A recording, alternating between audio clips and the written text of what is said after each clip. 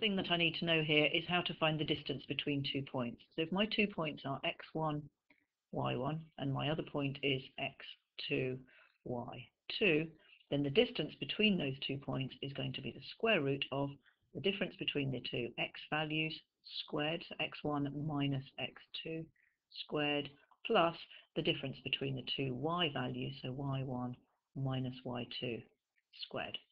So in this case, it doesn't really matter which way round I do this, but the distance between the two, so I'm going to find the difference between the two x coordinates, well that's 7 minus 2 squared, and I'm going to find the difference between the two y coordinates, well that's 9 minus 3 squared.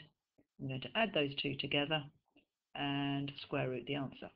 So this becomes the square root of, well if I do 7 take away 2, that's 5, so 5 squared plus, and 9 take away 3 is 6 squared. 5 squared plus 6 squared, well that's just 25 plus 36, which comes out as 61.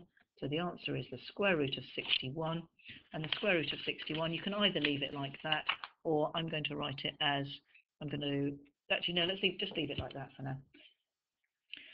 The second part of the question asks us to find the equation of the circle, which has centre, the point 2, 3, and somewhere on the radius they tell you, sorry, somewhere on the circumference, you've got the point 7, 9. Now we've just worked out in the first part that the distance between those 2 points is actually just the square root of 61.